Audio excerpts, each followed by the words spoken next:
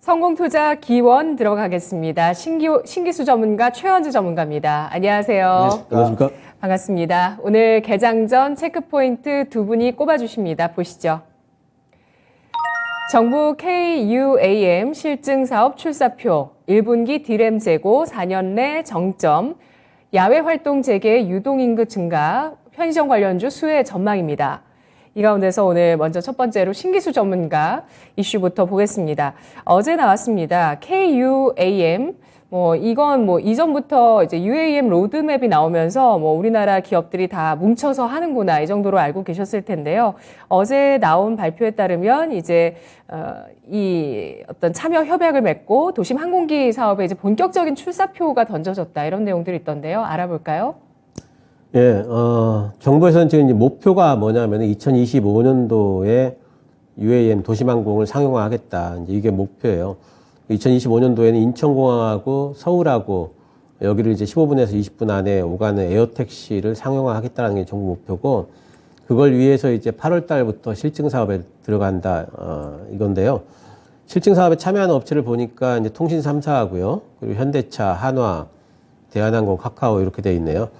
요 회사들이 합쳐가지고, 이제 실제로 이제, 운항을 한번 해보는 거죠. 지역 쪽에 이제 운항 지역을 잡아가지고,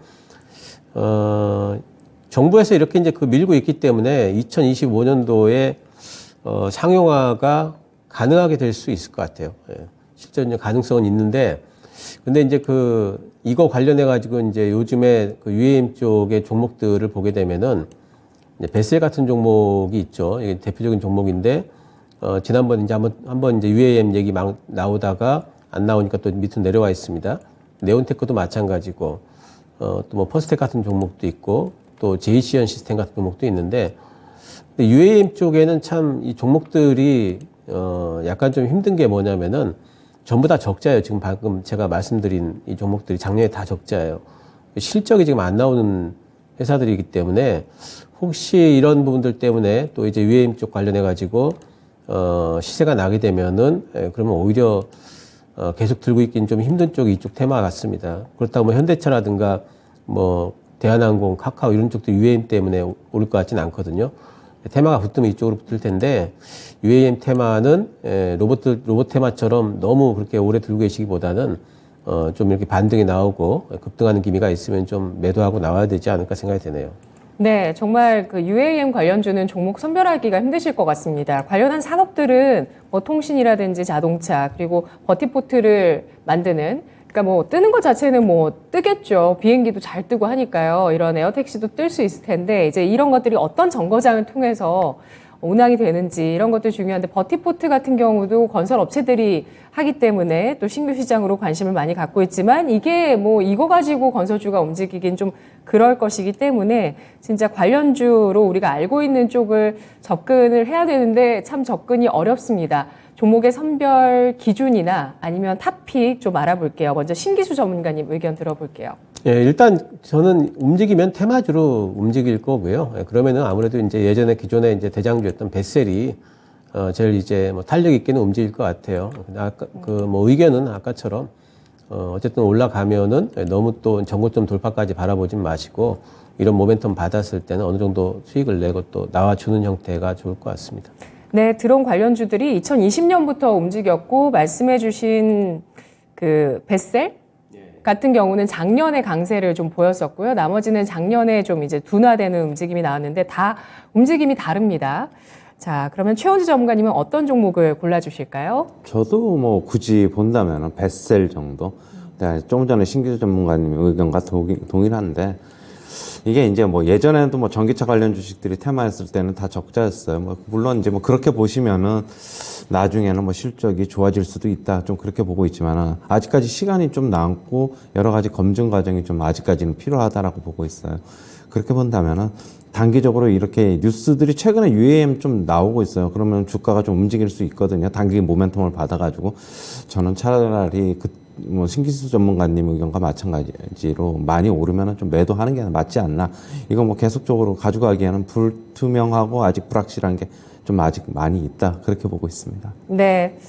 어쨌든 최근에 좀 조정입니다. 생각보다 이런 드론 관련 주식들 못 갔었는데요. 어제 나온 정책으로 오늘장 움직일지 지켜보겠습니다. KUAM 관련한 실증 사업이 8월부터 시작되고요. 2025년에 우리나라에서 에어 택시가 상용화 될 것으로 예상되고 있습니다. 첫 번째 이슈였고요. 이어서 두 번째 보겠습니다. 야외 활동 재개의 유동인구 증가, 편의점 관련주 수혜 전망입니다. 이제 날씨도 점차 풀리고 이번 주는 좀 춥습니다. 그렇지만 또 다음 주에는 수요일, 휴일이 또 있더라고요. 점점 바깥 계획 세우시는 분들 많으실 것 같고요. 바깥을 많이 돌아다니시죠. 겨울부터 그랬어요. 근데 최영주 전문가님, 편의점 업황 좋습니까? 네, 편의점 주식 같은 경우에는 우리가 팬데믹 때 상당히 안 좋았죠. 왜냐하면 그때 이제 유동인구, 밖을 돌아다니는 사람들이 별로 없었어요. 그러다 보니까 편의점을 많이 이용을 안 했는데, 이제, 그리고 이제 최근에는 뭐 한파가 좀 있어가지고, 좀 야외 활동하기에 좀 날씨가 좀 그래가지고, 야외 활동 많이 안 하고 그랬지만은, 이제 앞으로 점점 더 기온이 따뜻해질 것으로 지금 예상이 되고 있어요. 지금 그 기온이 상승하면서 그러면은 야외 활동이 뭐 점점 더 증가할 것으로 보고 있고, 뭐 그로 인해서 뭐 유동 인구는 증가할 것입니다. 그러면은 이제 편의점 주식이 수혜를 입을 것으로 보고 있고요. 지금 한파가 좀 계속되면서 주가 같은 경우에 BGF 리테일 같은 경우에 좀 부진한 흐름을 나타냈지만은 이제는 뭐 좀 서서히 좀 회복하지 않을까 그렇게 보고 있습니다. 그리고 이제 뭐 최근에 저도 이제 편의점 가보고 그랬는데 최근에 이제 편의점을 가보면은 과거에는 일반 슈퍼 뭐 마트 대비 상당히 좀 비싸다는 느낌이 있었는데 최근에는 뭐 1+1 행사도 많이 하고 또 2+1 행사도 많이 하면서 과거에 비해서는 비싸다는 느낌은 좀 많이 없어졌어요. 뭐 가령 예를 들면 뭐 저도 얼마 전에 편의점에서 뭐 우유 같은 걸 하나 샀는데 대형 마트랑 차이가 한 150원, 200원밖에 차이 안 나더라고요. 그렇게 본다면은 이제 편의점 같은 데서도 뭐 가격 경쟁력이 뭐 어느 정도는 좀 있다. 간편하게 살 수 있는 그런 장점도 있다라고 보면은 매출은 또 증가하면서 실적 개선이 나타날 것으로 보고 있습니다. 좀 주가 관련 주식도 하나하나 차트 보면은요. BGF 리테일 보면은 주가 좀 많이 내려왔죠. 아무래도 뭐 그런 영향 있는 것으로 보고 있고. 그러나 이제 최근에서 바닥 다지는 모습이에요. 더 이상 빠지지 않고 하단에서 지지하면서 횡보를 하고 있습니다. 최근에 뭐 한 3, 4일 보면은 양봉이 그래도 조금 나타나고 있다. 긍정적으로 보여지고요. GS 리테일은 실적 개선이 나타나면서 주가가 BGF 리테일이 쉬어갈 때 오히려 뭐 상승하는 모습이 나타났는데, GS 리테일도 그렇게 본다면은 앞으로는 뭐 유동인구 증가로 인해서 매출 증가 뭐 이런 거 같이 올 것으로 보고 있어가지고 실적 개선은 앞으로도 지속될 전망이 있다. 그렇게 보고 있습니다. 네, 두 종목 중에 따로 탑픽이 있으신 건 아니고요. 원래 예전에는 이제 BGF 리테일이 조금 탑픽이었는데 좋았잖아요, 주가가. 그런데 이제 GS 리테일이 최근에 어떻게 보면 실적 개선이 조금 더 가파르게 나타나고 있어가지고 뭐 차트 모양도 뭐 이쪽으로 본다면은 이쪽이 좀 더 안정적이지 않을까. 아직까지 뭐 고점 징후도 없고 그렇다고 본다면은 GS 리테일이 가격적으로도 그렇고 지금 3만 원이고 BGF 리테일은 뭐 19만 원, 18만 원 뭐 이러니까 가격적으로 본다면 GS 리테일이 조금 더 낫지 않나 그렇게 보고 있습니다. 네, 국내 유동 인구도 증가하고 있고요. 또 해외에서 들어오는 관광객들도 늘어나고 있습니다. 오늘 아침에 눈에 띄는 그 뉴스가 부산 쪽에 뭐 외국인들, 동남아 쪽에서 많이 들어온다라면서 3월에 호텔 예약이 뭐 끝났다 이런 내용들도 있더라고요. 다 편의점도 방문을 하게 되죠. 편의점 관련주 작년 같은 경우는 두 종목 엇갈렸습니다. 신기수 전문가님, GS 리테일이 상대적으로 부진했었는데 올해 어떨까요? 편의점도 전망해 저도 주시죠. GS 리테일 쪽으로 좀 더 보고 있고요. 네. 왜냐하면 이제 그 GS 리테일은 편의점이 안 좋았다가 지금 좋아지는 추세에 있거든요. 그래서 이제 그런 부분에서 GS 리테일이 조금 더 멀티플을 더 받을 수 있는 여지가 있다 보고 있고, 편의점 관련해 가지고는 제가 편의점을 되게 자주 이용하는 사람 중에 한 사람인데, 네. 확실히 작년하고 이렇게 작년 초반하고 지금 비교를 해보면 편의점에 제가 갈 때마다 사람들 수가 상당히 많아진 걸 저도 이제 그 체감을 좀 하는 부분이 있어서 올해는 편의점 쪽이 어쨌든 뭐 다시 또 이제 그 실적이 좀 늘어날 수 있는 여지가 있을 거다 생각을 하고 있습니다. 네, 요즘 고물가 때문에 그 2+1이라든지 여러 할인도 많이 하고 있다고 하고요. 저는 택배 붙이러 많이 가는 편의점에 대해서 전망 들어봤습니다. 마지막 이슈 남아 있습니다.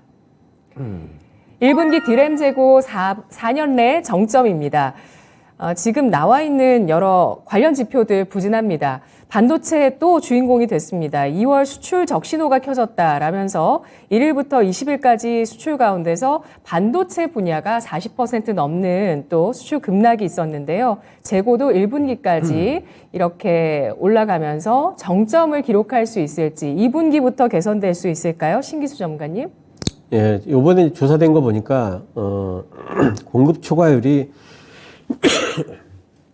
112.5가 나왔어요. 근데 이게 이제 뭐 4년 내에서 최고치이기도 하고 지금 이제 2008년도부터 2015년도까지 그때 반도체 치킨 게임 있을 때 그때 최고치 찍었을 때가 115였거든요. 지금 이제 112.5까지 올라왔다는 거는 상당히 재고 수준이 지금 높아져 있다라고 이제 봐야 되겠고, 이 정도까지 올라왔으면은 이제 저는 사실 그 이제 재고가 정점에 왔지 않나, 이런 이제 생각을 좀 하고 있고요. 그래서 1분기 때 재고 정점, 그리고 2분기 때 어느 정도 재고를 유지를 하다가 2분기 말부터는 이제 재고가 좀 줄어드는 형태가 좀 나타나지 않을까, 그런 생각을 좀 저는 가지고 있어요.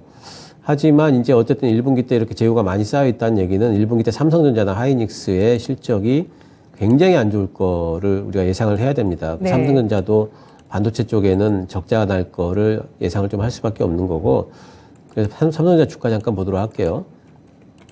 저는 삼성전자가 이제 실적 시즌에 1분기 실적 시즌에 4월달 접어들게 되면은 그러면은 주가가 한 58,000원까지 저는 그 밑으로 살짝 빠질 수 있다고 봐요.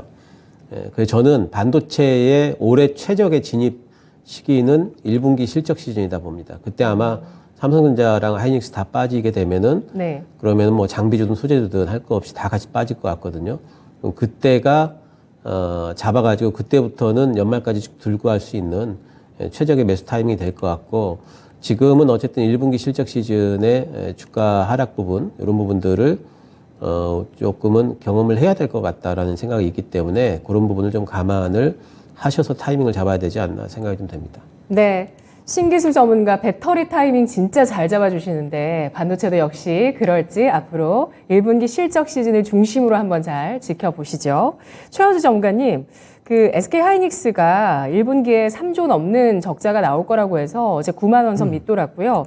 그리고 지금 나와 있는 뭐 반도체 뭐 여러 수출이나 무역 적자 악화의 주범이긴 합니다. 그렇지만 뭐 챗 GPT라든지 이런 수요 증가의 모멘텀들 기대를 하고 있어서요. 바닥 언제쯤 나올 걸로 보실까요?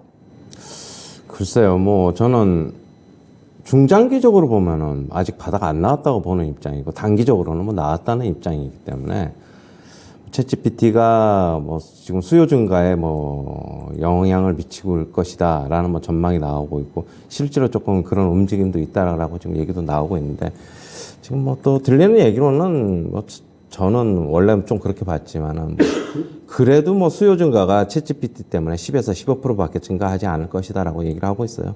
저도 그렇게 좀 보수적으로 좀 보는 편이고요. 뭐 저는 결국에는 반도체 주식들은 지금보다 좀 더 시간이 지나면 빠질 것으로 보고 있어요.